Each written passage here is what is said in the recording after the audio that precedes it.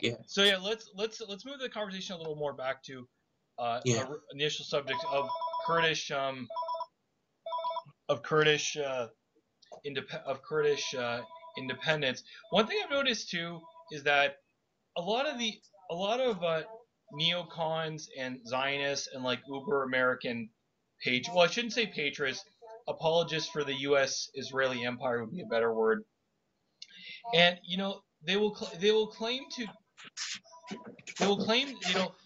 for some reason they will support the establishment of Kurdistan under the PKK, even though they they the Kurds are a Muslim people that have committed atrocities against Christians, Assyrians in particular, and the PKK is a self-identified Maoist group.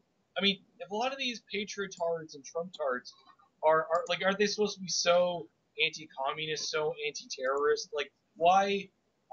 The only explanation I can understand why would they support uh, Kurdistan and the PKK in particular is because they're pro-Israel. Like, not to jump to everything's Israel's fault, but in this case, that's the only reason I can see for Kurdistan all of a sudden being this issue amongst apologists for the U.S. empire. What do you think? Well, the apologies for the U.S. empire. I mean, they are very like the apologies for the U.S. empire. They are different from like American patriots Right. who are anti-globalist, and who want to to to clean the mess inside of the United States instead of intervening in it or intervening outside overseas. Right. And excuse me, what was the second part of your question? Well, I was just saying that is there any other explanation you could think of why a Islamic Maoist group like the PKK and the Kurdistan they want to establish would essentially be an Islamic which would essentially be an Islamic Maoist state? Do you think there's any reason other than the Kurdish separatists and the PKK are supported by Israel? Any other reason you could think of why so many uh, uh, neocons and apologists for U.S. imperialism would want, and SJW supported too, why they would want to support a independent Kurdistan? Well, they will support it as long as the independent Kurdistan will play ball with the US and Israel. And the social justice warriors will support it because it's trending and it's Yeah. and it's a cause for which they can fight. Like as you said earlier in this video, they need a cause, a crusade to go against something. Yeah. And what's actually so funny though too is that it's funny though when it comes to the so-called Kurdistan,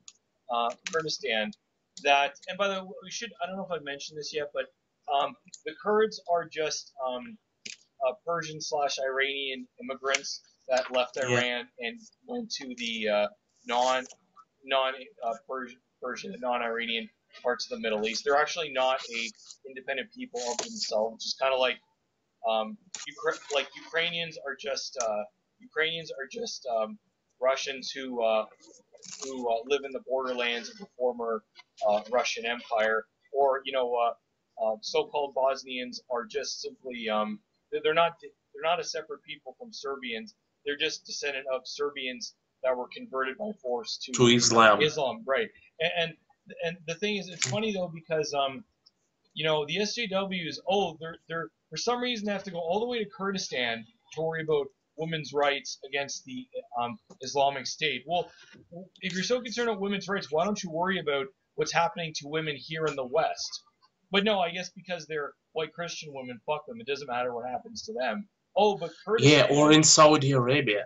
Yeah, exactly. Oh, but all the way in Kurdistan. Oh, then we were worried about women's rights and etc. And it's funny, the Kurdistan cause, it kind of ticks all the buttons of, if you're an SJW, it's sort of a women's rights and a minority cause. If you're a neocon, it's an ally of Israel and is an adjutant to Turkey, Iraq, Iran, and Syria. So it's funny, the Kurdistan cause kind of ticks all the box of an acceptable cause for both the left and the right and the West.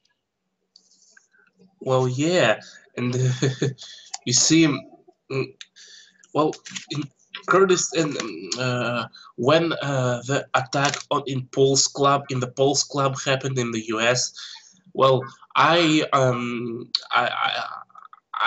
was on Facebook and I saw a rainbow flag on a YPG Facebook page, and they say, and the people on YPG, the admin of the YPG page said that the YPG is in solidarity with the LGBT community and will kill more ISIS members as a retaliation for that attack. I'm like, what the fuck? Since when Kurds and YPG are pro-LGBT? Like, what the hell is going on? Well, yeah, well, it's because it's funny. It's funny you bringing it up, is that groups that are normally very traditionalist, they'll nominally support gay rights and feminism far away. They don't want it for their own. They don't want it for their own society. But they'll, on the other side of the world, where they don't have to deal with the negative side effects of feminism and gay LGBT. Yeah. And by the way, just for the record, since we're being recorded right now, and I'm trying to bring my fiance here, and I don't have any problems with CSIS or Homeland Security. Obviously, for the record, you and I don't condone violence towards anybody, even for people that have degenerate lifestyles we disapprove of. I just want to make that clear in case the assholes in CSIS are listening to us. But that being said, it's funny that it's so easy. Well, it's funny though that I'll see like I shouldn't say Jewish, but pro-Israeli and Zionist groups that were, they're so concerned with minority rights and women's rights and gay rights. Like, well, okay, so are you going to legalize gay marriage in Israel since you're so worried about gay marriage and gay rights in Israel? I mean, I don't know if you've seen footage of what happened. There was an attempted, a couple times there was an attempted gay pride march in Israel. They get attacked by like Orthodox Jews. Yeah. I don't. Well, here's the thing. I don't. Or in North. I don't know if you know this, but North America, gay marriage and interracial marriage is actually illegal on a lot of Amerindian reservations. And the thing is, or in the Black community in North America, being gay and being in interracial marriage is very frowned upon. Now the thing is, I don't blame other peoples and other cultures for being traditionalists. I actually kind of respect them for that. But what drives me up the wall is the double standard that if your culture isn't at all within the umbrella of white Christendom, then you're expected to be liberal. Then you're expected to have this humanitarian concern. But if you're frankly a non-white or a non-Christian people, you can be as I don't say retrograde because that's pejorative, but you can be as ultra-conservative and traditionalist as you want to, and then it's your culture. We don't want to be insensitive, but of course Russians and Serbians and the rest of white Christendom, they're not allowed to be traditionalist. It's funny though that in Chechnya the West is concerned about gay rights.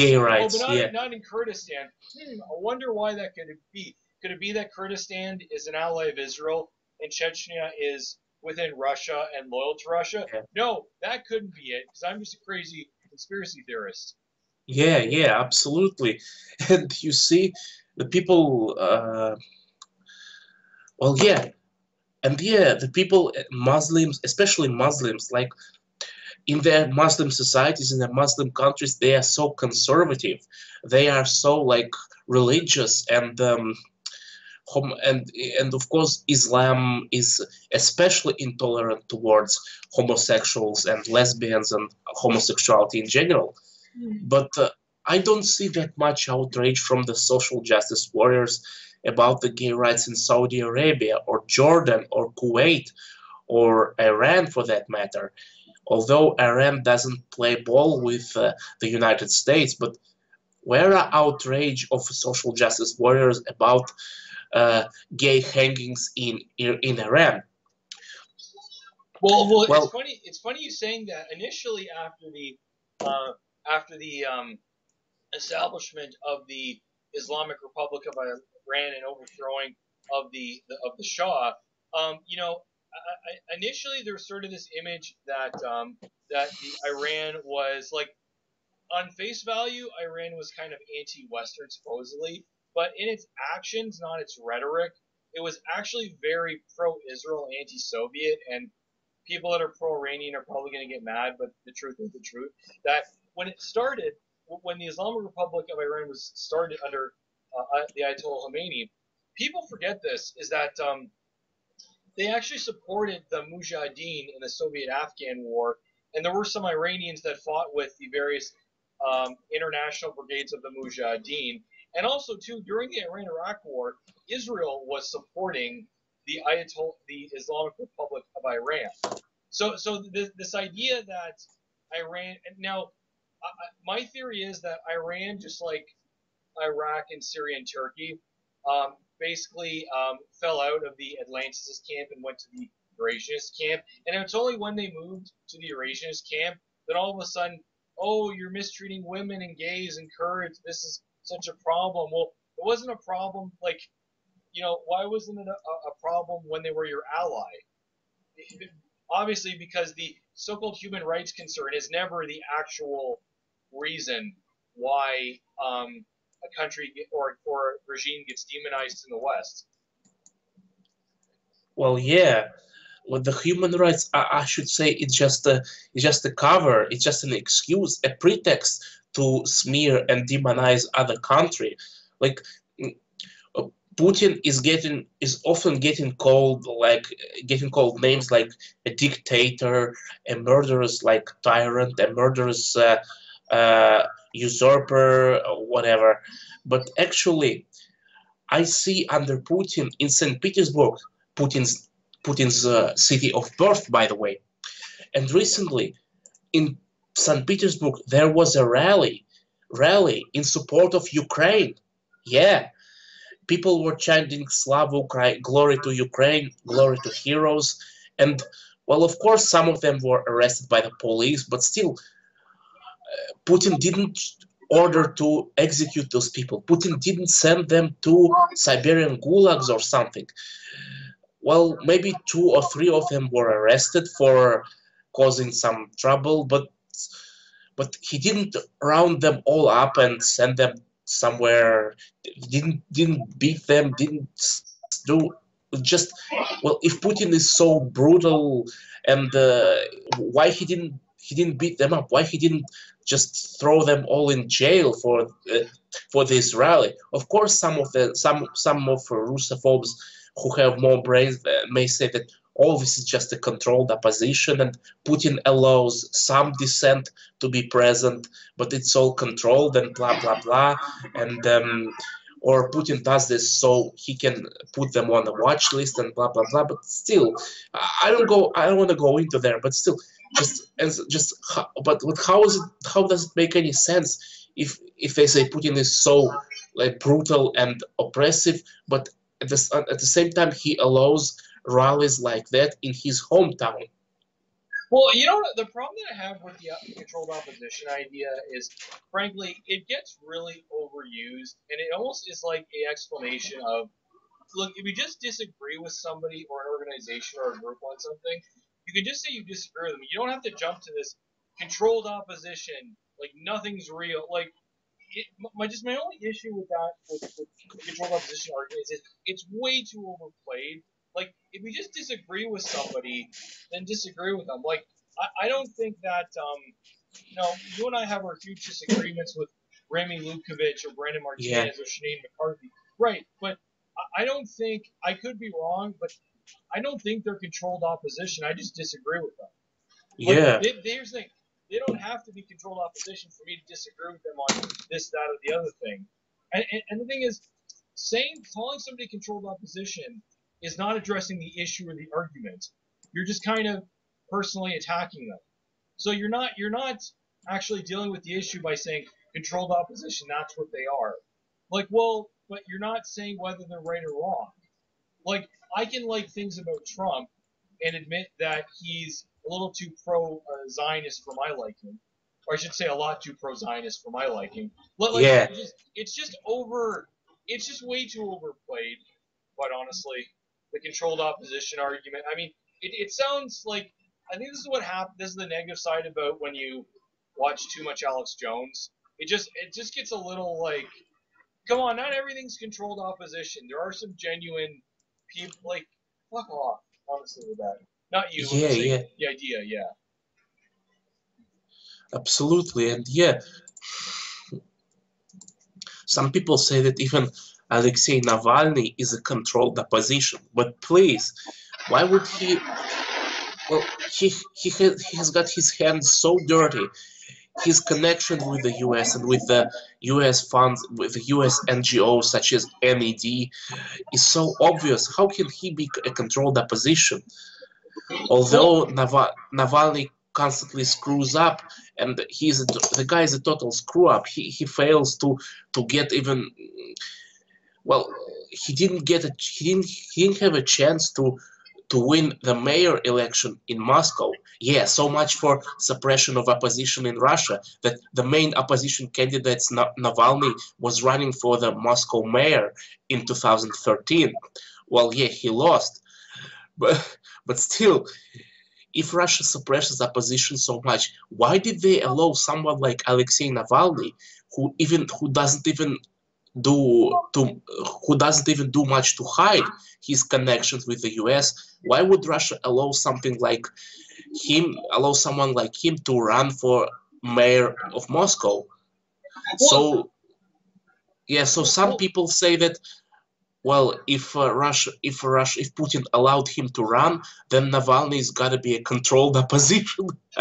Yeah, well, you know, the thing is that a lot of times you don't have to wonder about people's loyalties. You just have to do, frankly, your own personal homework, and realize, look, you go on this person so and so or group so and so's website or Twitter, and they will often say in plain English what organization or NGO they work for. It's not even like you have to speculate, and it's hidden knowledge, and we have the documents on it. It's like they say who they work for. There's no, like, I almost feel that there's not as much mystery about these things that initially I thought. I think just people are so lazy they won't do their own homework. So you don't actually, in some ways, they don't have to, like, if an NGO and organization doesn't have the reputation of being sinister, often it doesn't, but actually is sinister, it doesn't have to hide. Like, you can openly say, I'm so-and-so, and I'm, I've been working for AIPAC for such and such years. In the West, particularly North America, AIPAC is not, or what's the Brzezinski group? Oh, the Council on Foreign Relations, or the United Nations. Most people in the West, and particularly North America, don't perceive it, that's the highlighted word, they perceive it, those groups, as being sinister. So you can openly be an AIPAC or UN or CFAR member, and nobody thinks it's suspicious because it doesn't have a bad reputation. Whereas if you go to Latin America or Eurasia or even parts of the Middle East, where those groups rightly have a negative reputation, then yeah, you do actually have to hide it. But I don't know if I'm answering your question, but like a lot of these groups in North America and the West in general, they're open about who they're associated with. It's not even a mystery.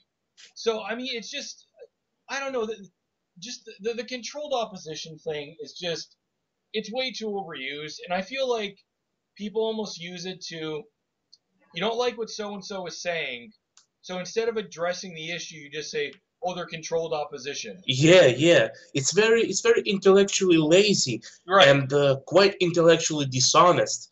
But people, it's just like saying, oh, the USSR, oh, the USSR or China or North Korea, they are not real communism, socialism. That's what many so-called self-proclaimed communists say when they receive the critics, the critique to that's what the communist modern self-proclaimed communists say to the critiques of communism, like, Right. oh, the China, oh, USSR, oh, it was not real communism. Yeah, yeah, and also the thing is, I kind of feel though when people make that argument, or even like you did get some Strasserists and Nazbols that will say like, oh, the Third Reich wasn't real National Socialism. I almost kind of feel that that's almost a way of you're not owning the to honestly be an ideologue. I think that you have to own the parts of your history that you look to, both the good and the bad. You can't write off the bad by saying that wasn't real socialism, that wasn't real fascism, that wasn't real whatever. It's sort of Yeah, almost yeah. like it's like And almost excuse me for cowardly. excuse me for interrupting you, but you see, some of the libertarians and ANCAPs, they say, oh, the commies use this not real communism excuse when they lose the debate, but at the same time, when some of those libertarians and ANCAPs lose their debate, they say, oh, but this was not real capitalism. The real capitalism was never practiced. Yeah, it frankly is intellectually lazy and cowardly that they Yeah, won't just own and admit. Like, I mean, part of the thing why I kind of, when I was a libertarian, I at least acknowledge when someone says, oh, but under free market capitalism, there might be, some people are going to rise and fall. And yeah, you're right, there will be. And I own that. And frankly, I'm a go-getter, so it doesn't bother me. But when people will pussyfoot around um, their criticism of ideology, instead of just either owning it or addressing it, they say, "Well, that wasn't real, whatever." It's like, just fucking own it. Honestly, like one thing I do like about what some Nazbols do is that I've actually seen some on Twitter saying that in some ways by simply saying that um, so and such just didn't happen or such and such isn't real, whatever. It's a way of like it's better off just to own that. Quite frankly, um, yeah, there was a famine in the Ukraine in the 30s, but frankly, it that did happen, but it wasn't an intentional thing. It was a consequence of food shortages and the Civil War and World War One, etc. I think it's better off just to like own like own the negative parts of your history and just address them head on, but instead of skirting away and saying, well, that wasn't real, whatever. Same as with the whole issue of the concentration camps. It's like, yeah, the concentration camps were bad, but frankly, there were genuine enemies of the German state. I'm not saying yeah, everyone, obviously, that deserved to to be in there. And yeah. And the I same kind of with And the okay. same, excuse me, but the same with gulags. There were genuine enemies of the Soviet Union, Soviet state. Yeah, there Not were. I all, mean, of course. yeah, right. I mean, I'm sure there were some people, like in any jail, that were unjustly thrown in jail that probably were genuine dissidents. But that doesn't Yeah, excuse. Like there's sort of a joke in the Soviet Union, the Third Reich. There were no criminals or saboteurs. Everyone was a legitimate dissident. Like nobody commits crime, right? The yeah, thing is, there were actually fifth columns and saboteurs working for foreign powers hostile to Germany and Russia. And yes, I'm sure some innocent people got swept up in the sort of the state of security, which frankly happens in every country when you're under a siege mentality and you're surrounded by foreign enemies. I think it's more like I've even noticed with some National Socialists too is that they'll tend to, instead of owning their history, they'll tend to pussyfoot or either say that wasn't real National Socialism or all the negative things are lies invented by Zionist propaganda, just like a lot of Marxist Leninists will say, oh no, it's all American propaganda. Anything negative about the USSR or China or Cuba, it's all. I mean, it can't all be made up. Like, just yeah, address the issue. Come on, it's intellectually lazy and cowardly. Just deal with the issue right in front of you. Don't just dismiss it as being. I mean, that would be Soviet period. That would be like saying if an ex-girlfriend of mine were to say things about me, and my response to him was, "Oh, she's lying. None of it's true. Completely." Like, well, no, there's probably some shreds of truth in it. So just address the argument. Don't just dismiss it by saying, "Well, it's all fabricated out of thin air." Well, yeah, and you see, at the same time, like, um,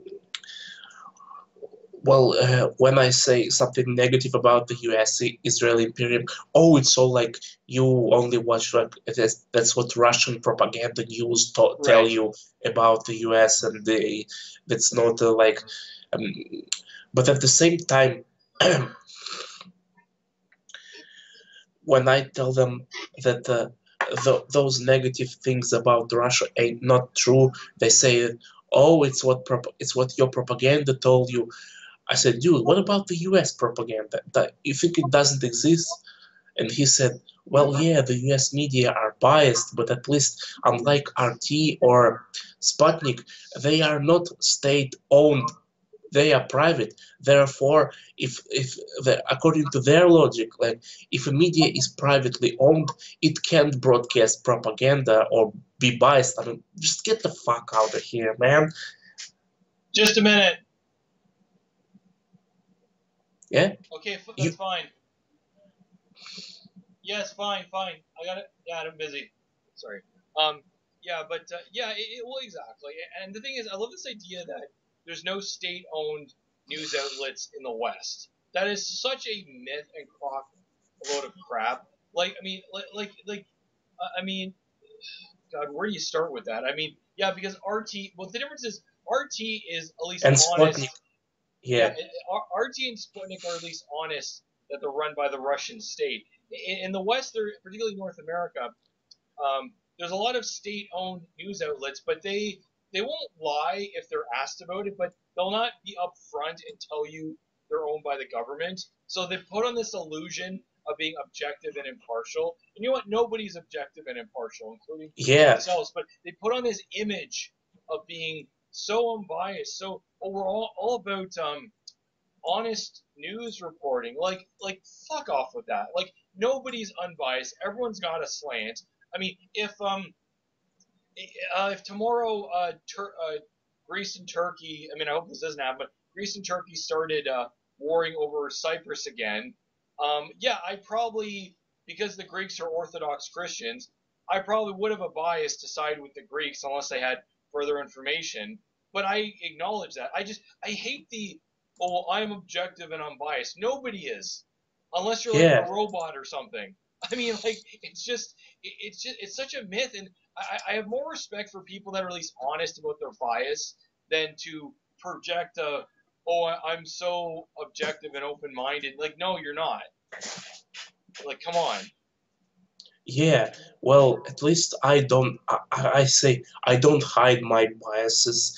You can pretty much tell that I am pro-Russia, pro-Slav, and pro-Eurasia biased, Yeah. but at least I am not this like rabid, die-in-the-wall, anti-Western, like destroy America, destroy the Europe. That no, I'm just the kind of guy who wants Russia to be sort of left alone, and people must realize that Russia has its own national interest too, and we are ready to defend them, and we will not submit and succumb to any sort of hegemony, and nobody is going to tell us how to live and what to do and what to decide.